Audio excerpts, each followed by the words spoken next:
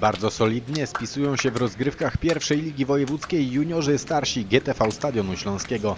Podopieczni trenera Tomasza Osowskiego wygrali dwa ostatnie wyjazdowe spotkania, strzelając w nich aż 12 bramek. W minioną niedzielę chorzowianie podejmowali rówieśników z tyskiego GKS-u prowadzonego przez trenera Damiana Galeję. Pierwszy strzał w tym spotkaniu oddali Tyszanie, ale w trzeciej minucie groźnie zaatakowali gospodarze.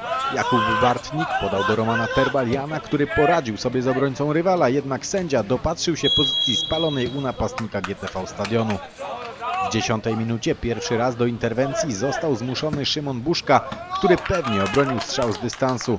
Kilkadziesiąt sekund później mogło być 1-0 dla chorzowian. Roman Terbalian podał wychodzącemu na pozycję Patrykowi Smolikowi, po którego uderzeniu piłkę na rzut rożny sparował bramkarz GKS-u. 5 minut później groźnie skontrowali przyjezdni, jednak po dośrodkowaniu w pole karne źle uderzył tyski napastnik. W 21 minucie kolejną doskonałą szansę na objęcie prowadzenia mieli podopieczni trenera Osowskiego. Terbalian podał do Kamila Dolacińskiego, ten wystawił piłkę Maciejowi Toni, który przegrał pojedynek z bramkarzem GKS-u. W 26 minucie kolejny raz w tym meczu zza 16 strzelali gracze z Tychów. Tym razem piłka poszybowała obok bramki GTV Stadionu. Gospodarze o dużym szczęściu mogli mówić niespełna 10 minut później. Po wybiciu piłki przez bramkarza GKS-u błąd popełniła defensywa stadionu, ale piłka po uderzeniu zawodnika w białej koszulce o centymetry minęła słupek bramki chorzowian. W 41 minucie było już 1-0 dla GTV Stadionu. Piłkę z lewej strony boiska miał Smolik, podciągnął pod linię końcową i wrzucił w pole karne, gdzie w sporym zamieszaniu najsprytniejszy okazał się Maciej Tonia, dając gospodarzom prowadzenie.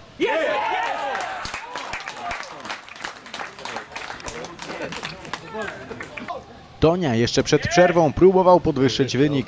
Po podaniu od Dolacińskiego ładnie odwrócił się z piłką, ale tym razem z jego uderzeniem poradził sobie bramkarz gości. Druga część rozpoczęła się od groźnego rzutu wolnego dla Tyszan, po którym piłka poleciała jednak daleko od bramki chorzowian. 5 minut później pod bramką gości było już naprawdę groźnie. Jakub Kuliński zagrał do Romana Terbaliana, a ten pomylił się dosłownie o centymetry. Po chwili wzdłuż 16 metra od bramki GKS-u przebiegł z piłką Kamil Popę, ale uderzył zbyt słabo, by zaskoczyć golkipera przyjezdnych. W 58 minucie GKS Tychy doprowadził do wyrównania. Po rzucie wolnym dość biernie zachowali się obrońcy GTV Stadionu i goście na raty w końcu umieścili piłkę w siatce. Na nieco ponad pół godziny przed końcem mieliśmy więc remis 1-1. Tyszanie chcieli pójść za ciosem i już po 2 minutach od wyrównania po rzucie rożnym piłkę zmierzającą do bramki stadionu musiał wybijać Bartnik. Ostatnie 10 minut należało już zdecydowanie do chorzowian. W 83 minucie dobrą piłkę ze środka boiska dostał z prawej strony Kamil Popę. Dośrodkował, a na bramkę gości głową uderzał Artur Terbalian. Gospodarze skuteczniejsi byli 3 minuty później. Piłkę z własnej połowy wyprowadził Karol Ostrowski, podał do Artura Terbaliana, ten z pierwszej piłki oddał do Kamila Popę, który wbiegł w pole karne, a później z małym udziałem bramkarza rywali umieścił piłkę w tyskiej bramce. Na minuty przed końcem meczu GTV Stadion znowu prowadził.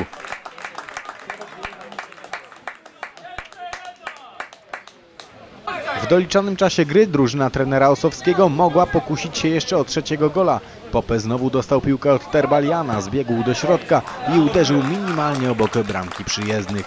Chwilę później arbiter zakończył spotkanie. GTV Stadion Śląski wygrał z GKS-em Tychy 2-1 i jest już 6. w pierwszej lidze wojewódzkiej juniorów starszych, mając tyle samo punktów co 4. Zagłębie Sosnowiec. Tychy zmieniły trenera, od 2 tygodni mają nowego trenera, więc efekt nowej miotły, bałem się o to, że może nastąpić. Graliśmy konsekwentnie, to co chcieliśmy, czyli powiedziałem chłopakom, żeby się nie podpalać, grać swoje, a sytuację będziemy mieli i tak było. Oni troszkę przejęli inicjatywę, grali atak pozycyjny, ale z tego nic nie wynikało. My po przejęciu próbowaliśmy grać kontratakiem, ale też zaznaczałem im chłopakom, żeby co jakiś czas był ta arytmia, ten pressing i to było. No, jestem zadowolony z meczu. Myślę, że ważne punkty. Teraz jedziemy na Raków, wyjazd i zdobywając kolejne punkty powoli pniemy się do góry. Jest dobrze. Stały fragment, słupek, dobitka, nikt nie ruszył i bramka na 1-1. Później też założyliśmy sobie, że gramy swoje. Oczywiście w 70 minucie coraz bardziej zachęcałem chłopaków do tego, żebyśmy presowali wyżej w odbiorze. No i później te sytuacje mieliśmy. Przy wyniku 2-1 jeszcze mieliśmy ze 2-3 sytuacje. Gdybyśmy zagrali bardziej zespołowo, myślę, że mogliśmy pokusić się o jeszcze jedną bramkę. Rozmawialiśmy już w szatni, będziemy robili odprawę, że brakowało tego, zła decyzja. No wychodzimy z kontratakiem, tam była nawet sytuacja 3-2, 2-1 była też, że szliśmy 2-1 i jeden drugiemu zabiera piłkę. No, złe decyzje. Gdybyśmy lepsze mieli decyzje, to mówię, to mogło tutaj paść jeszcze jedna, dwie bramki. Ja jestem zadowolony, chłopaki robią bardzo duży postęp. 28 już zagrało w MC, mają grać najlepsi, tego się trzymamy, ale ten poziom w końcu mam 18, tak? Mam 18 zawodników, którzy no, jakąś tam jakość mi dają nawet z ławki zmienić. Cieszy mnie to, że chłopcy, którzy na przykład dzisiaj z 9-9 chłopak na pozycji numer 9 zagrał bardzo dobrą pierwszą połowę i cieszy to, że no, robią te postępy chłopaki. No i to też się przekłada na tym, jak wyglądamy w treningu. Ja dziś bardzo ich chwaliłem po poprzednim tygodniu, pracowali bardzo mocno, jakość było widać, no i przekłada się to na boisku. Ja im cały czas powtarzam, tak jak pracujesz cały tydzień, tak to później na boisku wygląda.